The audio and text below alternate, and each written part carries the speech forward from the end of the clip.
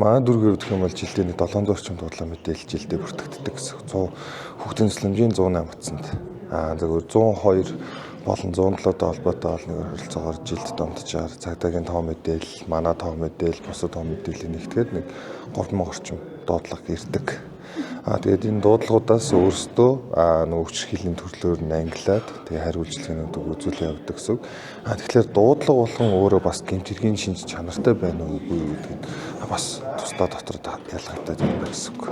За ер нь бол хүчирхийллийг ер нь дөрвөн төрөлд яг бүлэглэж ангилж үзэж байгаа. За энэ дээр бол үйл ахар хүчирхийлэл, бие махбодын хүчирхийлэл, сэтгэл санааны хүчирхийлэл, бэлгийн хүчирхийлэл гэж.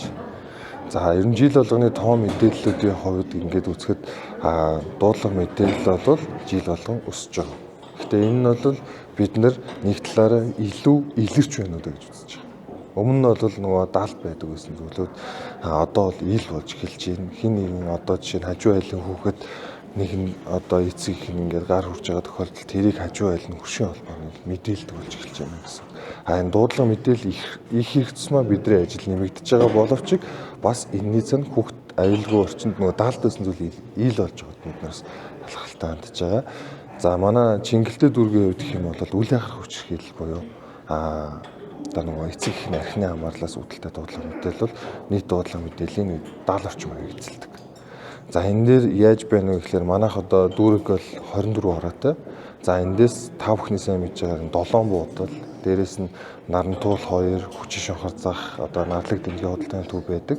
Одоо манай дүүргийн 11, 12 дугаар орны бүс нутаг бол дийлэнх хувийг нь эзэлдэг гэсэн үг. Тэнд яаж ийм гэхээр нөгөө захыг дагсан нийтийн байрууд маш олон, нийтийн байран дээр маш олон одоо хүчирхийлэл үлдэгдэх юм тохиолдлууд нь олон байдаг гэсэн үг.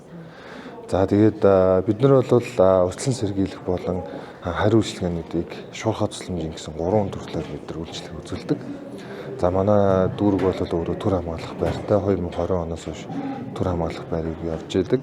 За 2022 оны байдлаар бид нар 454 хүүхдэд үйлчлэг үзүүлж исэн бол яг өнгөрсөн оны бол 202 хүүхдэд үйлчлэг үзүүлсэн. За энэ нь бол хүүхдийн тоо багасж байна гэдэг маань хамгаалах байранд хамгаалуулах үйлчлэг авсан тоо багасна. Би нүүн түрүү яриандаа хэлсэн дуудлага мэдээлэл хэдийгээр олон ирж байгаа боловч яг хамгаалагдж байгаа хүүхдийн тоо бага байна гэдэг нь эрсдлийн түвшин буурж байна гэж бид үзэж байгаа гэсэн. За миний хувьд гэх юм бол яг өнөөдөр энэ дээр би хороо болгоноор байдаг хамдарсан баг гэж байдаг тийм. Хамдарсан багт болон хамдарсан баг бол хүүхд эрх хамгааллын тухай хуулийн хэрэгжилтийг хангах үүрэгтэй анхан шатны нэгж процесс байна. За тэгэнгүүт сургууль болгон боловсролын тухай хууль болон хүүхд хамгааллын тухай хуулиараа хүүхд хамгааллын баг гэж байдаг сургууль болгон дээр.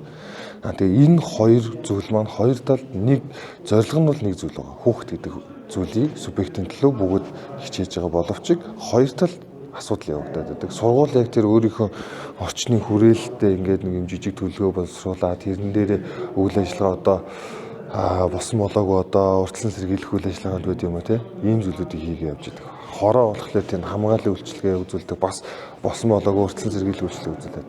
Энийг бид нар зангидаад ер нь бол сургуулийн хүүхд хамгааллын бодлого, хорооны явж байгаа хүүхд хамгааллын бодлого, дээрээс нь дүүргийн ер нь бол бодлогын баримтчгээр явж байгаа энэ бодлогуудыг нийлүүлснээрээ бид нар ямар үр дүнд хүрэх вэ гэдэг тохиолдлын кейстэй хамт явах гэж ирсэн байна. Биднээс нөгөө хамтарсан баг гэдэг зүйлийг ойлгох хэрэгтэй болж эхэлж байгаа байхгүй. Хамтарсан баг дээр дандаа төрийн аль багш нь орж байгаа. За хорооны засаг дарга бол хамтарсан багийн ахлагч. За тэгээд сая 2024 оны хүүхд хамгааллын хуулиар хэрэгжилтийн дагуу сая хүүхд төрөлийн нийгмийн ажилтан гэж тусдаа бас яг манай субъектэд орж ирсэн ийм хүн маань нарийн бичгээр хийгээд тэгээ хорооны нийгмийн ажилтан, цагдаа, өрхийн нийгмийн ажилтан, сургуулийн нийгмийн ажилтан, цэцэрлэгийн эрхлэгч, тэгээ төрийн бас байгууллагын төлөөлөл, иргэдийн төлөөлөл гэсэн нэг 9-өөс 12 хүний бүрэлдэхүүнтэй ийм бүрэлдэхүүн байгаад байгаа. За энэ бүрэлдэхүүнүүд маань өөрөө яг хорооны хэмжээнд хүүхд хамгааллын бодлогыг хэрэгжүүлж явуулах юм субъект болж байгаа байхгүй.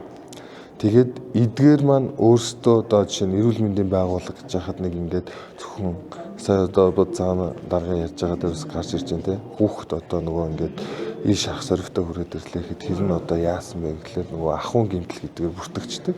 Нөгөөд нь цагдаа дээр болоод ирэхлээр зөрчил буюу одоо нөгөө гэмт хэргийн шин чанартай үгүй гэдэг цагдаатын шалгаад байдаг. Сургууль дээр болоод эхлэхлээр бас юм нөлөөллийн ажлууд хийгддэг ингээд яваад байдаг. Тэгэхээр энэ болгон ер нь бол миний хэлэх гээд байгаа зүйл нь төрийн байгууллагын уялдаа холбооны яг ийм зангидж явснараа бидний илүү үр дүн хүрнэ гэдэг зүйлийг би ярих гээд байгаа.